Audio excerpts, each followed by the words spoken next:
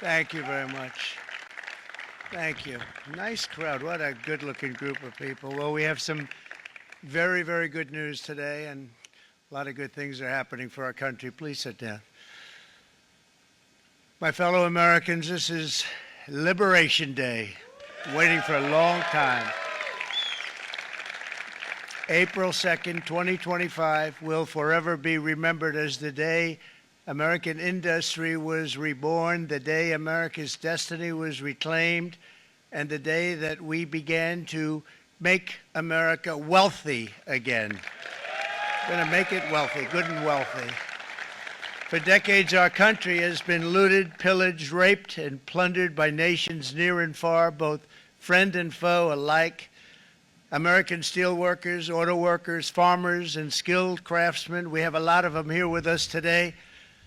They really suffered gravely. They watched in anguish as foreign leaders have stolen our jobs, foreign cheaters have ransacked our factories, and foreign scavengers have torn apart our once beautiful American dream. We had an American dream that you don't hear so much about. You did 4 years ago, and you are now, but you don't too often, and for many years and decades even, you didn't hear too much about. Our country and its taxpayers have been ripped off for more than 50 years, but it is not going to happen anymore. It's not going to happen. In a few moments, I will sign a historic executive order instituting reciprocal tariffs on countries throughout the world. Reciprocal, that means they do it to us and we do it to them. Very simple, can't get any simpler than that. This is one of the most important days, in my opinion, in American history. It's our declaration of economic independence. For years, hardworking American citizens were forced to sit on the sidelines as other nations got rich and powerful, much of it at our expense. But now it's our turn to prosper, and in so doing, use trillions and trillions of dollars to reduce our taxes and pay down our national debt, and it'll all happen very quickly. With today's action, we are finally going to be able to make America great again, greater than ever before.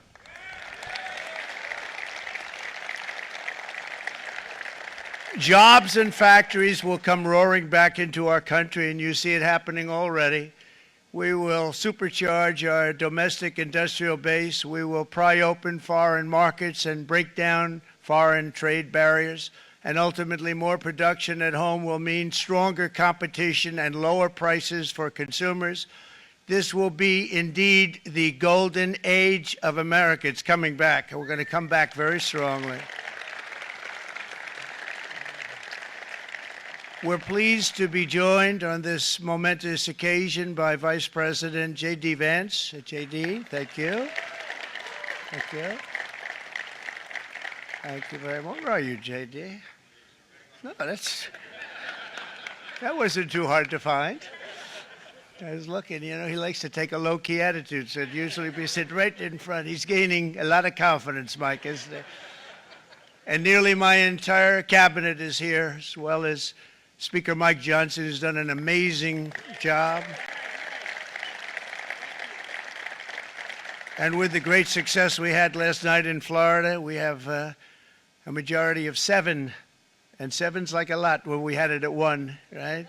You've done a fantastic job. And many of the members of the House and Senate are with us. Senators, Congressmen, thank you all for being with us. We appreciate it.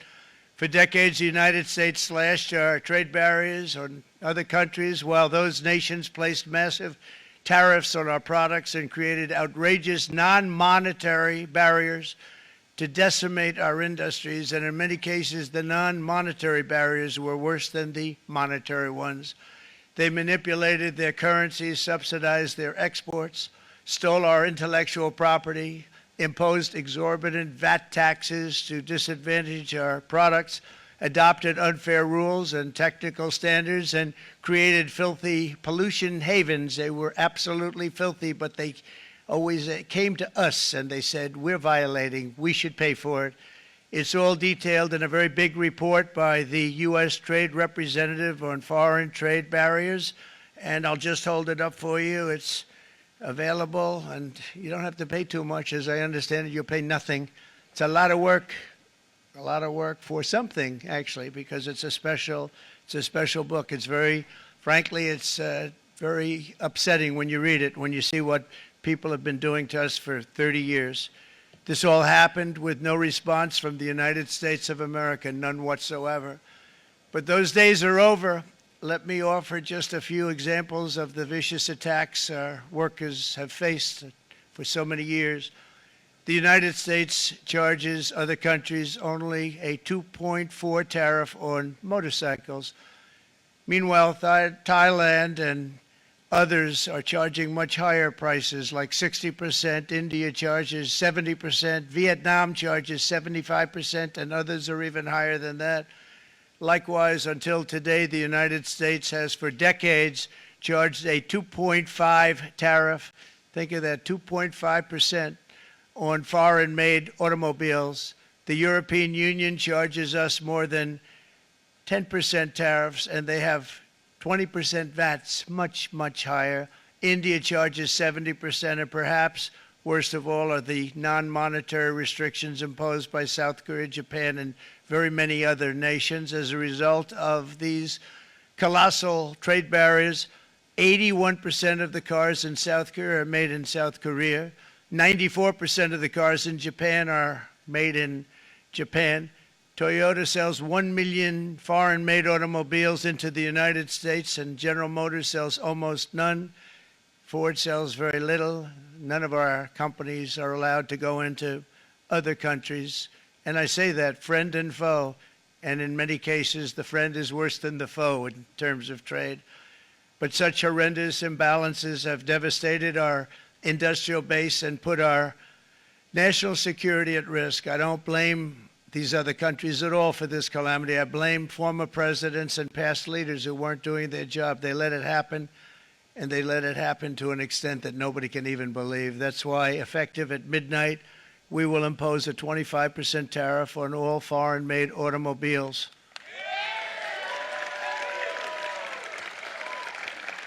Thank you.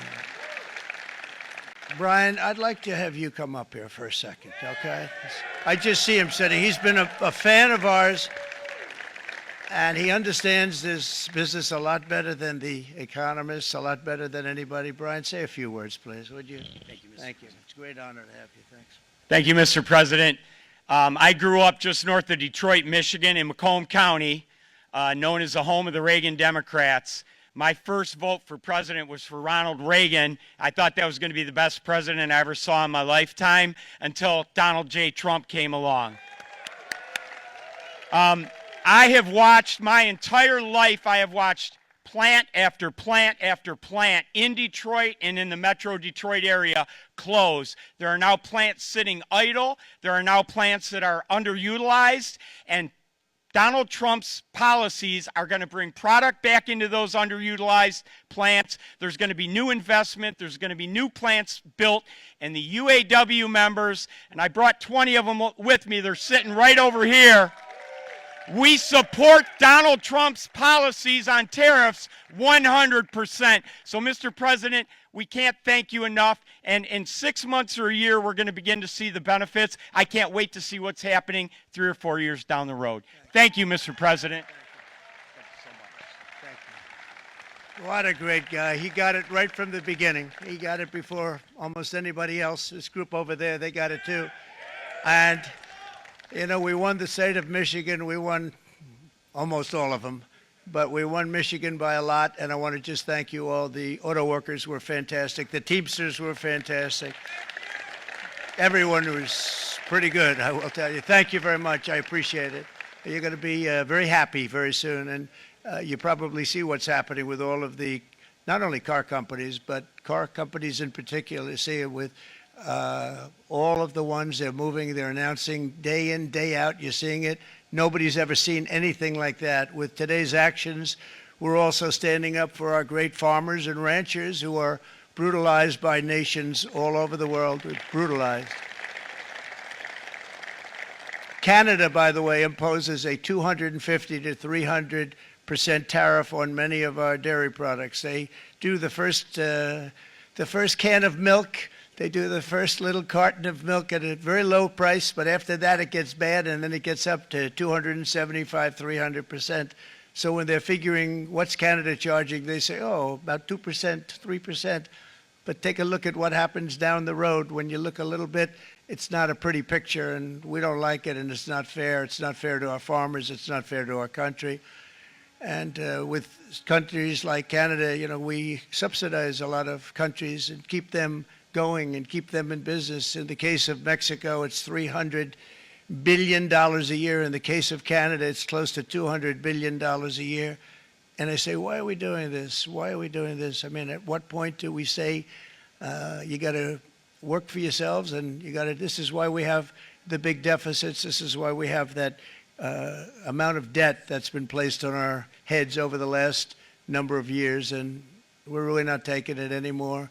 Through non-tariff barriers, the European Union bans imports of most American poultry. You understand? They say, we want to send you our cars, we want to send you everything, but we're not going to take anything that you have. Australia bans, and they're wonderful people and wonderful everything, but they ban American beef, yet we imported $3 billion of Australian beef from them just last year alone. They won't take any of our beef. They don't want it because they don't want it to affect their farmers. And you know what? I don't blame them, but we're doing the same thing right now, starting about midnight tonight, I would say. And China charges American rice farmers an overquota, it's called, a tariff rate of 65%. South Korea charges 50, actually they charge different, from 50% to 513%. And Japan, our friend, charges us 700%. But that's because they don't want us selling rice, another thing. Who can blame them, Madam Secretary? Agriculture, great job you did on eggs, by the way. The egg prices came down 50%. You got them down 50%. Once we got involved, they were going through the sky. The egg prices, they were going through the sky, and you did a fantastic job. Now we have lots of eggs, and they're much cheaper, down about 59% now, and they're going down further. We charge 2.8% for so many things that other countries are charging 200%, 300%, and 400% for. If imposing tariffs and protective barriers made nations poor, then every country on earth would be racing to eliminate these policies, and China would be the first on line. They run a very strong country, but they're not first in line, and the American people are paying a very big price. From 1789 to 1913, we were a tariff-backed nation, and the United States was proportionately the wealthiest it has ever been. So wealthy, in fact, that in the 1880s, they established a commission to decide what they were going to do with the vast sums of money they were collecting. We were collecting so much money so fast, we didn't know what to do with it. Isn't that a nice problem to have? What do you think, Marco? Good problem? Marco would love that problem. But we don't have that problem anymore, but we're not going to have it very much longer, I will tell you. But they collected so much money, they actually formed a commission to determine what they were going to do with the money, who they were going to give it to, and how much. Then in 1913, for reasons unknown to mankind, they established the income tax so that citizens, rather than foreign countries, would start paying the money necessary to run our government.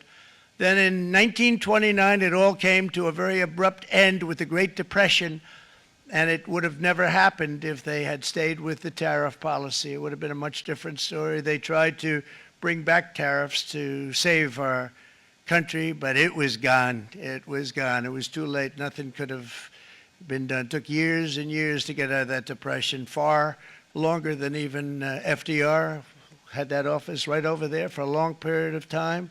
The ramp system, that's rather intricate, was built because of him, and every time you walk up, you think of him, and he did a great job in many ways, but it lasted long beyond his terms, as you know.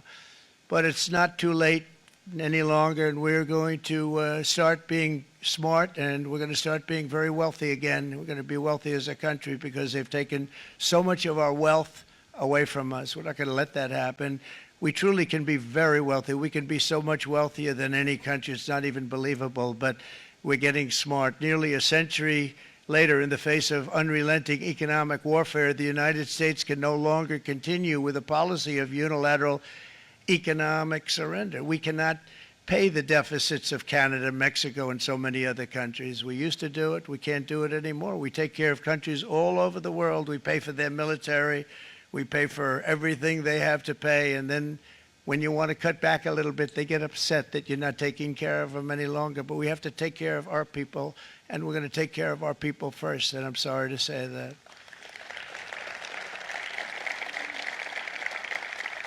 And today we're standing up for the American worker, and we are finally putting America first.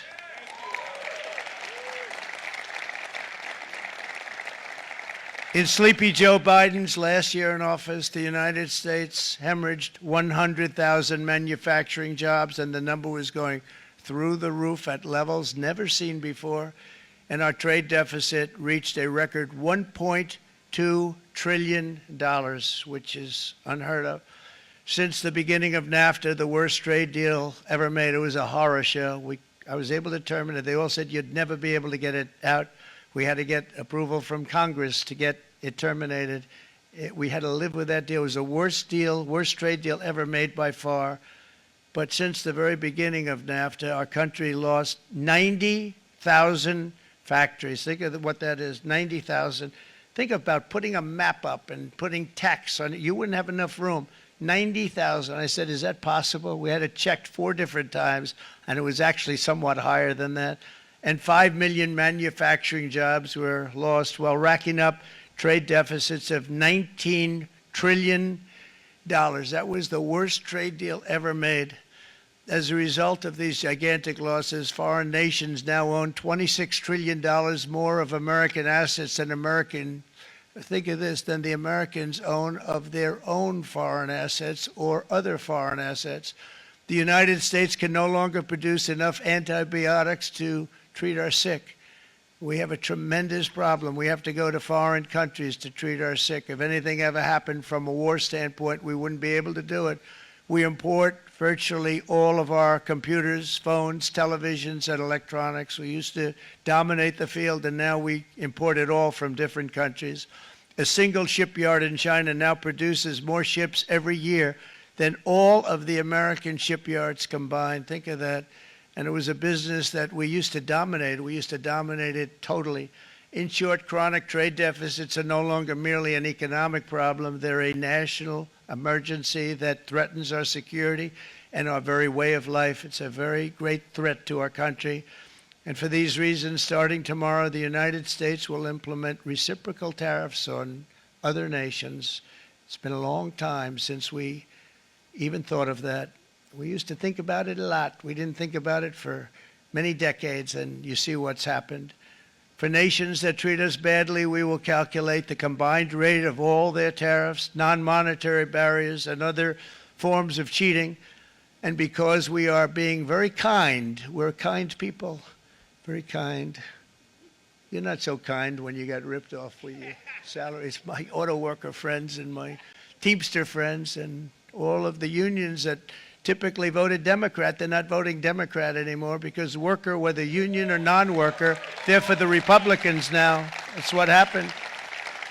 But we will charge them approximately half of what they are and have been charging us. So the tariffs will be not a full reciprocal. I could have done that, yes, but it would have been tough for a lot of countries who didn't want to do that. I'd like to see the chart if you have it.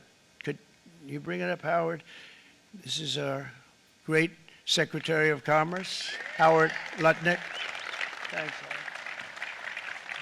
So if you look at that, China, first row, China, 67%. That's tariffs charged to the USA, including currency manipulation and trade barriers. So 67%, I think you can, for the most part, see it.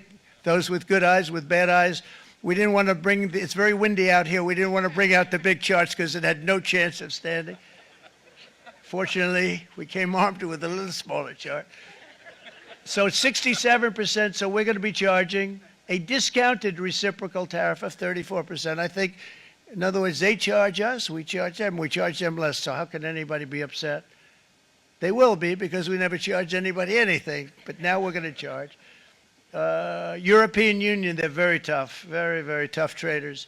You know, you think of European Union, very friendly. They rip us off. It's so sad to see. It's so pathetic. 39%, we're going to charge them 20%, so we're charging them essentially half. Vietnam, great negotiators, great people. They like me, I like them. The problem is they charge us 90%. We're going to charge them 46% tariff. Taiwan, where they took all of our computer chips and semiconductors. We used to be the king, right? We were everything. We had all of it. Now we have almost none of it, except the biggest company is coming in. We're going to end up with almost 40%. Lee Zeldin's working to get their approvals. And it's an amazing company. Mr. Wei, of one of the great companies of the world, actually, they're coming in from Taiwan, and they're going to build one of the biggest plants in the world, maybe the biggest for that. But 64%, we're going to charge them 32%. Japan, very, very tough, great people. And again, I don't blame the people for doing it. I think they're very smart in doing it. I blame the people that sat right in that Oval Office, right over there, right behind the Resolute desk or whichever desk they chose. Japan, 46%. They would charge us 46%, and much higher for certain items like cars, you know, little items like cars.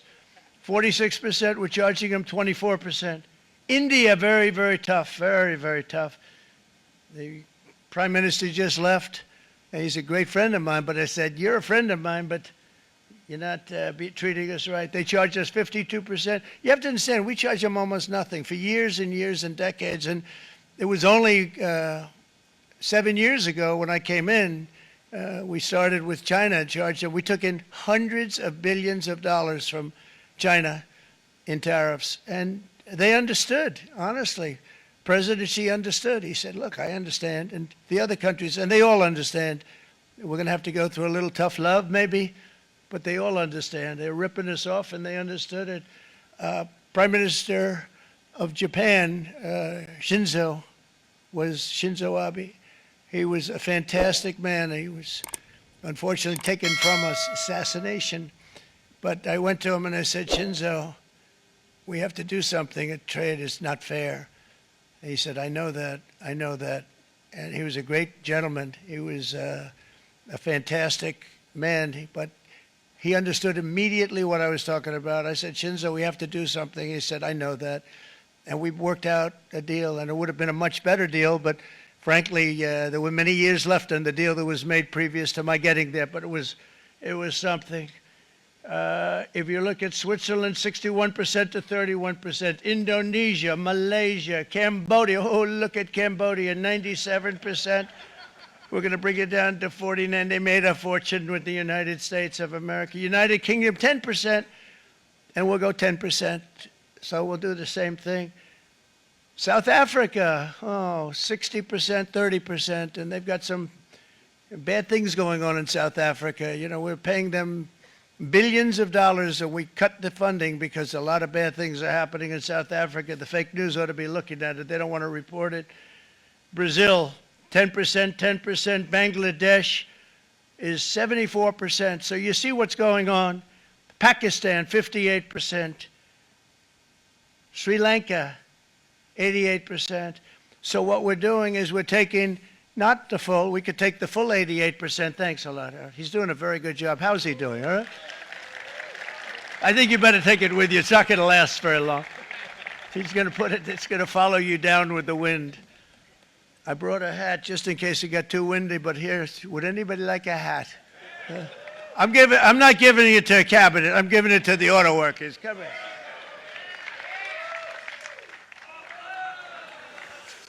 Thank you, fellas. Get it. That's it. That's it. They deserve it more than our cabinet. Our cabinet has plenty of hats. But you see the numbers. The numbers are so disproportionate. They're so unfair. At the same time, we will establish a minimum baseline tariff of 10%. You notice that on the chart. And that'll be on other countries to help rebuild our economy and to prevent cheating. So we're going to have a minimum of cheating, and we're going to be very severe on the people that at the gate that watch the tariffs and watch the product coming in, because there's been a lot of bad things happening at the gate because the money is so enormous that you're talking about. There's never been probably anything like it in terms of the enormity, and there are a lot of bad things happen at the people that do the check-in, and they're looking at 10-year jail sentences if they do play. We're going to treat them so good, but if they cheat, the repercussions are going to be extremely strong. Foreign nations will finally be asked to pay for the privilege of access to our market, the biggest market in the world. We're right now the biggest market in the world. We had a great country 4 years ago in terms of the economics. We were doubling up on China. We were doing so well. Nobody was going to catch us, but so much of it slipped away over the last 4 years under Biden. I campaigned on this policy throughout last year, and today that promise was made, and it was also a promise, as you know, that was kept. Promises made, promises kept. To any company that objects to our common sense reciprocal tariffs, again, reciprocal, back and forth, back and forth. And I call this kind reciprocal. This is not full reciprocal. This is kind reciprocal.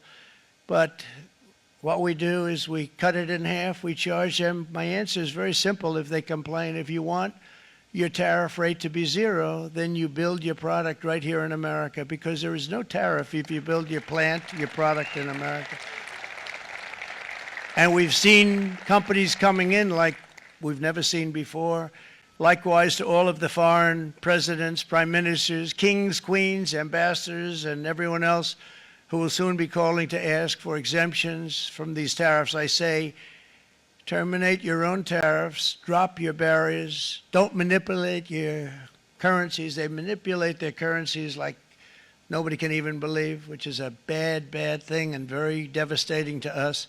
And start buying tens of billions of dollars of American goods. Tariffs give our country protection against those that would do us economic harm. And many people were looking to do us economic harm. Maybe not so obviously, but they were doing tremendous economic harm. But even more importantly, they will give us growth. These tariffs are going to give us growth like you haven't seen before. And it'll be something very special to watch. I am so looking forward. And Brian, it's going to happen even faster than you said. You know, you might say, but it's already started. It's already started.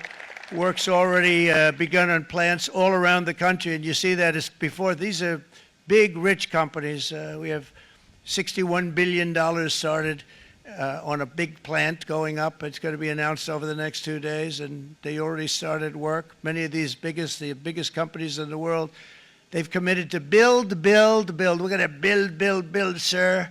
And they came here to see me, and they wanted to know if they could have a press conference. I do as many as I can. I'm pretty busy trying to stop Russia and Ukraine and the Middle East. We got to stop that. We got to stop the Houthis, which we're making tremendous. They like shooting ships down and out of the water, sinking ships. They get a kick out of it, but they're not getting such a kick out of it now, are they, Mr. Secretary? They're not getting such a kick out of that now. But here are just a short list of some of the companies that have already announced and committed to investment. And this is a company that built its factories and its plants in China. Apple is going to spend $500 billion. They never spent money like that here. They're going to build their plants here. SoftBank, OpenAI, and Oracle, great companies, are investing $500 billion almost immediately. NVIDIA, a hot company, is investing hundreds of billions of dollars. They just announced. TSMC, the biggest, most important company in the world of chips from Taiwan, with no investment from us, is investing $200 billion. And they said the reason was, number one, the election of November 5th, and number two, the tariffs. They don't want to pay the tariffs, and the way they're not paying it is to build their plant here. So we're going to go from almost no percentage. We used to have 100% of the chip market. Now it's all in Taiwan. Almost all of it's in Taiwan, a couple of other countries, but mostly in Taiwan. And think of it, we had 100%. We lost it because of people in that office that didn't do their job. They allowed it to be stolen from us. Johnson & Johnson, great company, $55 billion. Eli Lilly, $27 billion. Meta is investing $500 billion. Wow. DeMac is investing $20 billion. CMA, CGM, $20 billion. And then you have Merck and Clarios, Stellantis, General Motors, GE Aerospace, Honda, Nissan, Hyundai are all putting in billions and billions of dollars, and they're committed 100%. So. And we've never had, and this is after 2.5 months. This is after just a short, this all took place as soon as we came out with what everybody wanted to do. You know, I watched a gentleman today on television. He used to work with Lee Iacocca, a very respected automobile person, and he said, you know, because they're asking people, and they try and get as many negative people as they can, but they can't find them too much. It's pretty hard to find in terms of what we're doing, especially when they see all this investment. They said, so tell me, what do you think of what Trump is doing from the automobile standpoint? He said, I can't believe it. Somebody is finally, he's an older guy, real pro, really top guy, with Lee Iacocca. He said, I never thought I'd see the day when this would happen, where somebody had the courage to go and do what has to be done. This is transforming our nation. Our entire nation is going to be transformed, not only with the cars, but on every single other item that's built. We're going to become an industrial powerhouse. And he said that so beautifully today. In fact, I'm going to find out, I'm going to get a tape, and Bruce, I'm going to get that tape, and I'm going to send it to you out in Long Island, and you're going to play it for the people. And all your union workers and your non-union workers out there, you got a pretty even split.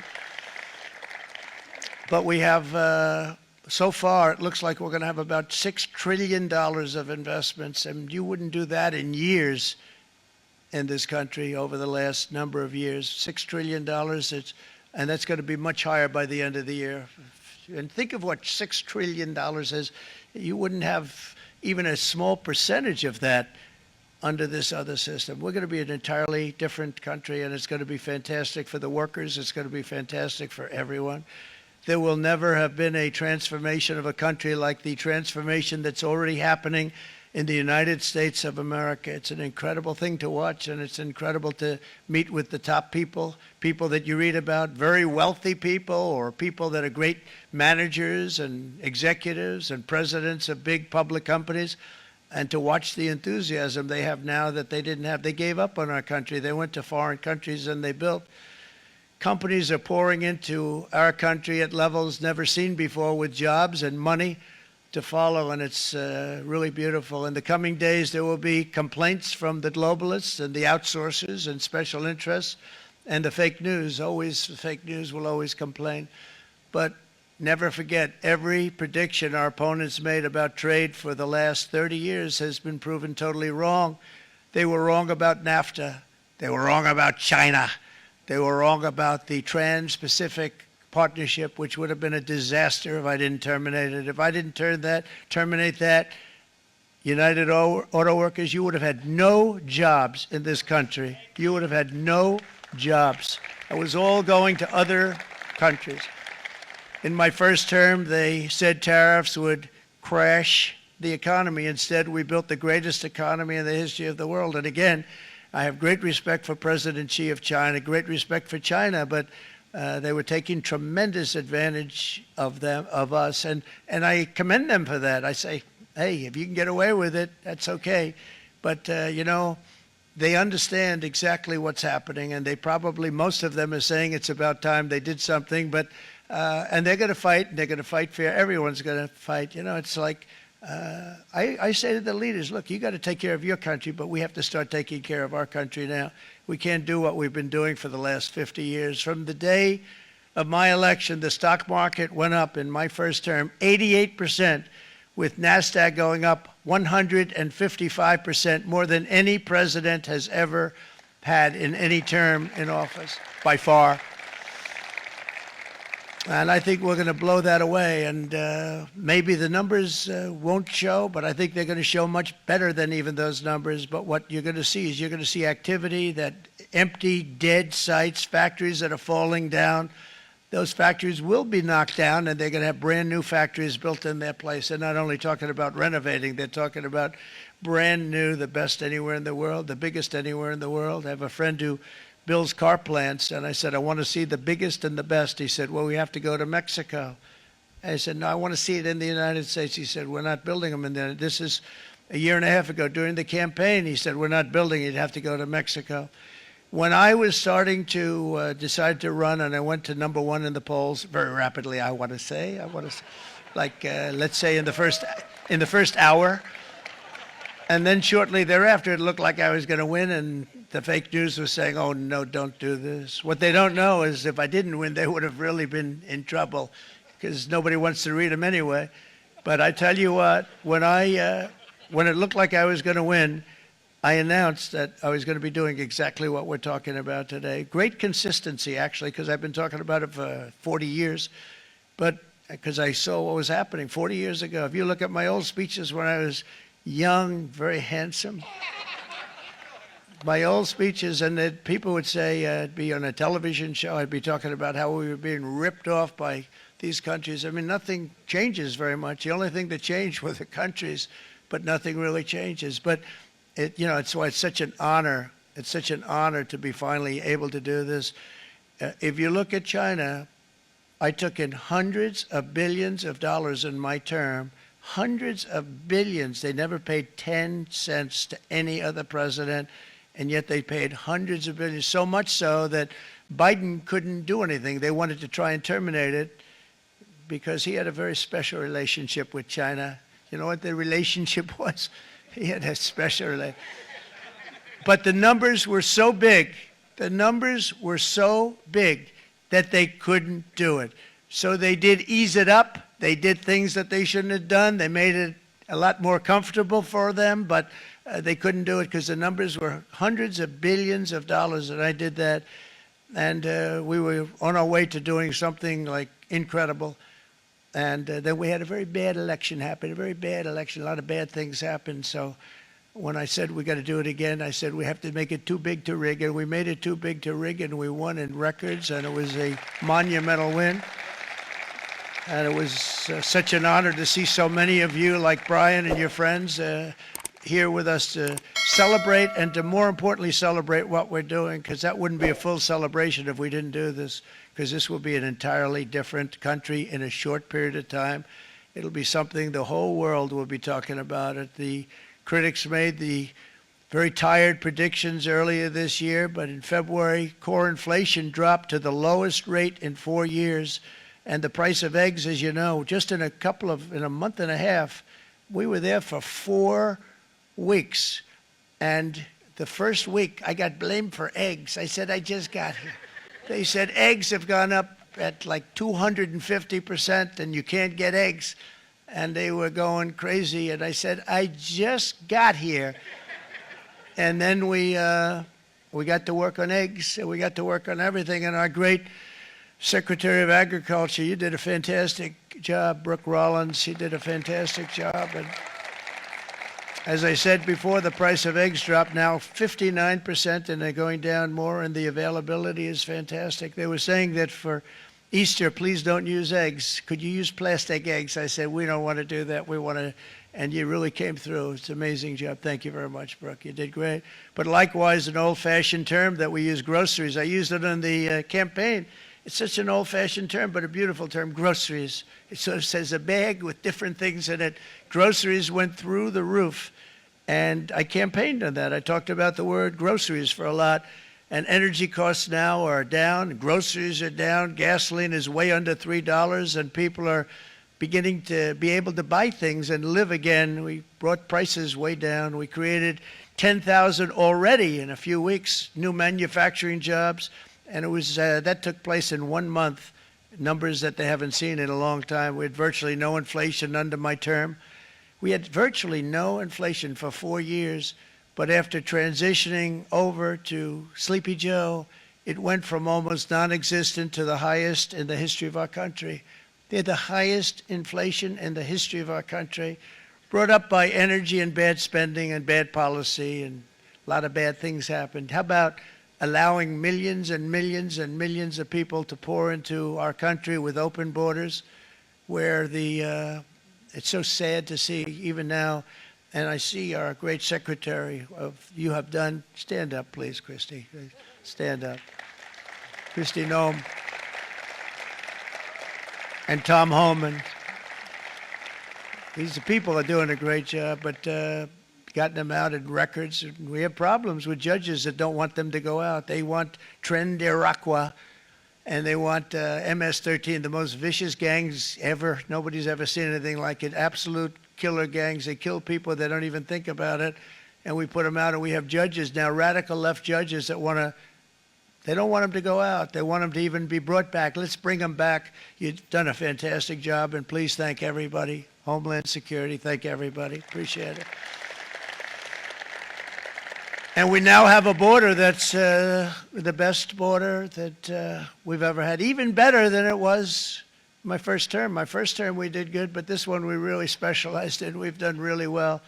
And we had records then. We had the best, safest border. 4 years ago, we had the best border there ever was. And now we have, you've actually matched it and done even better. And we're going to get it down the right way. And we want people, by the way, to come into our country, but we want to come in through a legal process. We want them to come in legally. We need more people. We need people to run these plants and to help the auto workers and the Teamsters and the non-union people and everybody else. But we need people and the farmers. And we're going to let people come in, but they want to come in. We want them to come in legally. They have to have the capability of loving our country, not people that hate our country. We don't want them in our country. And now we're going to pass the largest tax cuts in American history, and that's where we're relying on Mike and John Thune. And we will not cut Social Security, Medicare, or Medicaid benefits, and the Democrats will, because if they got in, the entire economy would collapse. This country was heading for a collapse under the people that you saw. They were horrible.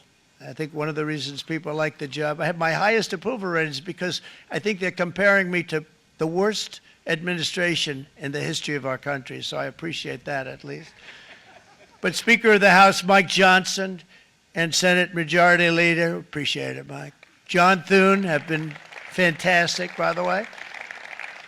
But they've been working tirelessly on taking the next step to pass the plan for our one big, beautiful bill. I'd like to name it that if you can. One big, beautiful. I made that statement about 6 months ago, and everybody calls it one big, beautiful bill.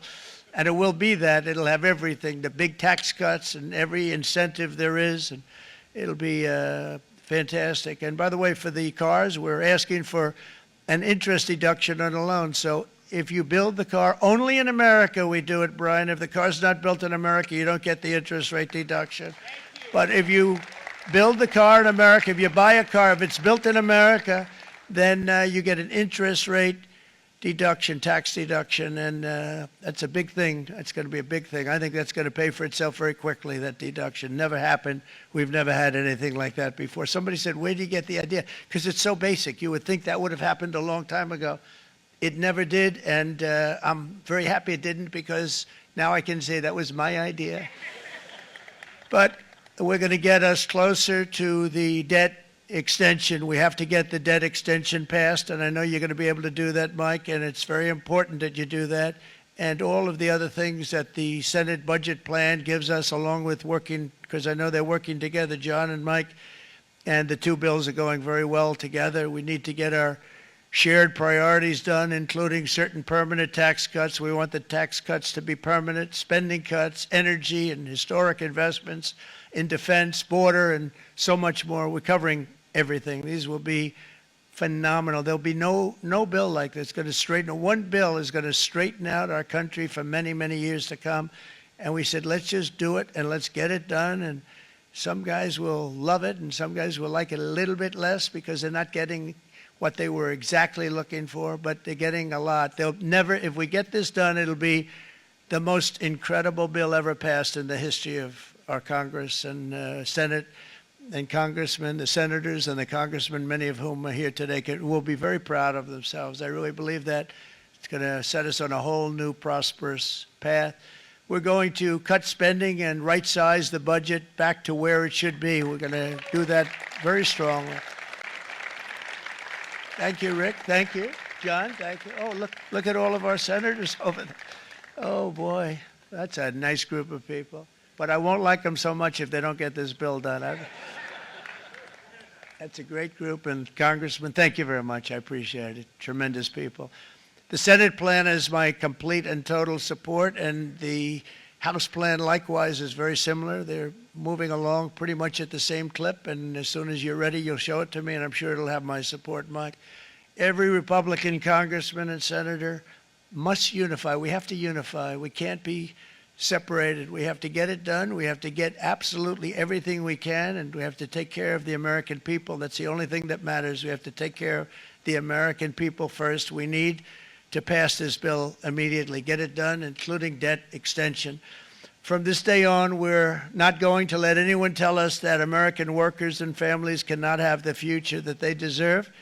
We're going to produce the cars and ships, chips, airplanes, minerals, and medicines that we need right here in America. The pharmaceutical companies are going to become roaring back. They're coming roaring back.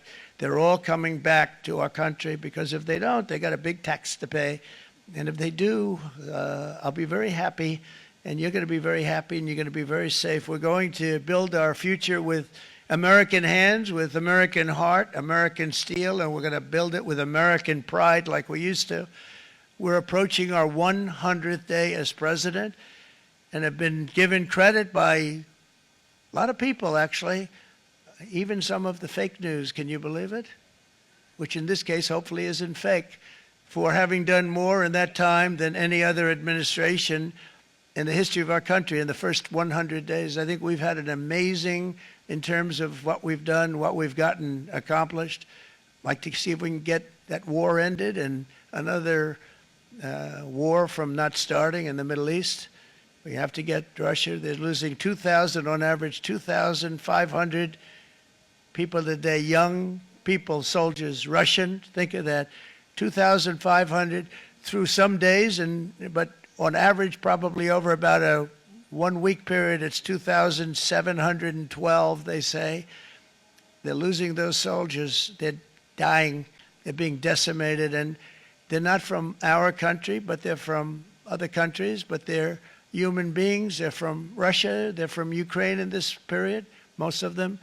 And we're going to get it stopped. It's a senseless war that would have never happened if I was president, and it shouldn't be allowed to go on.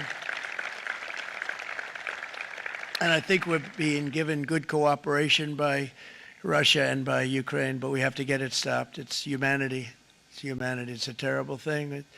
This will be a very big moment. I think you're going to remember today. It's going to be a free nation that we're dealing with. We're going to have a very free and beautiful nation. It's going to be Liberation Day in America, and it's going to be a day that hopefully you're going to look back in years to come and you're going to say, you know, he was right. This has turned out to be one of the most important days in the history of our country. God bless you, and God bless America. Thank you, everybody. Thank you very much. Thank you. Thank you very much.